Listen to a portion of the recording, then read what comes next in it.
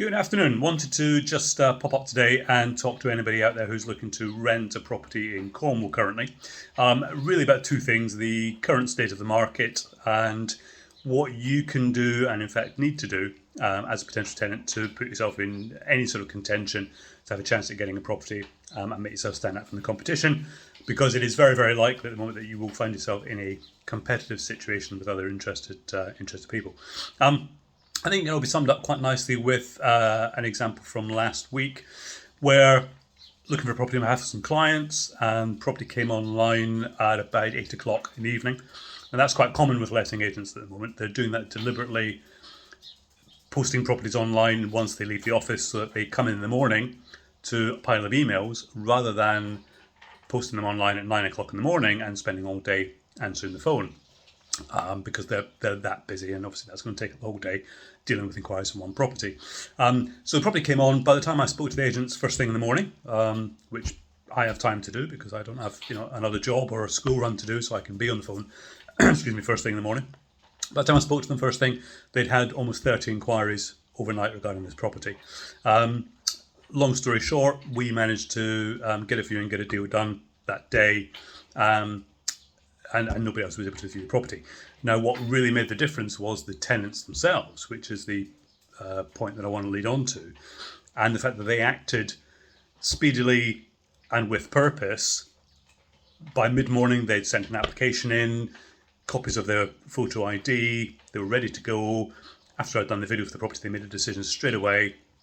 Any signs of any dilly-dallying, and the agent would have started booking viewings with other interested parties. So firstly, you absolutely have to be motivated and decisive in this market.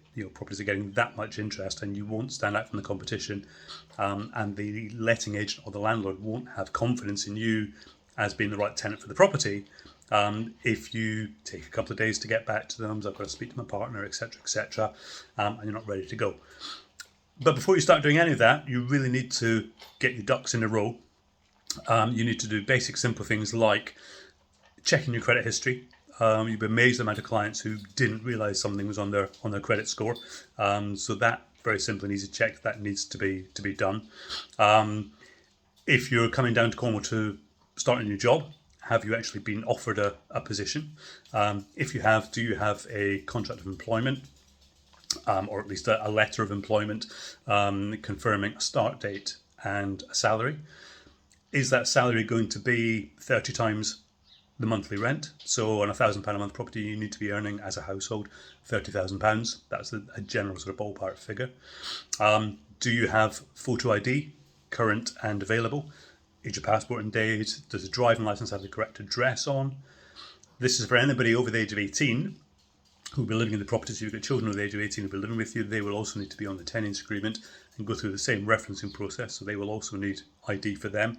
These are the little things that can really delay and cause you to lose out on a property with so much interest. So you need to have those ducks in a row before you even start looking for a property.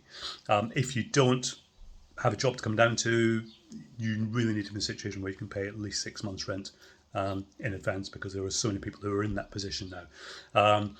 Always a handy tip is always worth doing and having prepared before you start looking, a covering letter to go with any application. So general information about yourselves, the whys and wherefores of moving to the area, etc. If you have pets, descriptions of those pets. If it's dogs, the age of dogs. Even including photographs, it's always a really good idea to include photographs of your pets in there. Photographs of your existing property. If you're currently renting, you've got to give a landlord or letting agent that confidence that you're going to be a good tenant. If there are 4 or 5 people applying for a property, how are you going to stand out against the competition?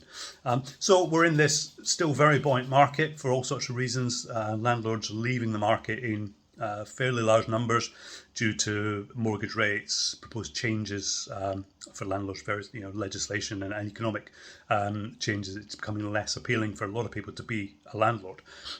So the problem is only going to get worse. There will be a continuing dwindling of supply available, and still, again, for all sorts of reasons, a very strong level of demand. So as I said in the beginning, you're very, very likely to be in a competitive situation with other applicants. How are you going to stand out? Why should a landlord or letting agent choose you over and above somebody else? And certainly having all of those things in place, making quick decisions, moving with purpose. If a property comes on the market, if you're not using an agent like us to view for you, are you in a position to get down and view that property quickly? The likelihood is there will only be one viewing opportunity where they'll be booking 6 or 7 viewings, and that will be it. Are you able to drop everything and come down and view at the drop of a hat? If the answer to any of those is no, then you really are going to struggle through no fault of your own. But anything you can do that puts you in a more competitive situation, it may just make the difference between getting a property and not. So there we go, just an update. If we can be of any assistance, contact us on all the usual channels, and good luck with your search.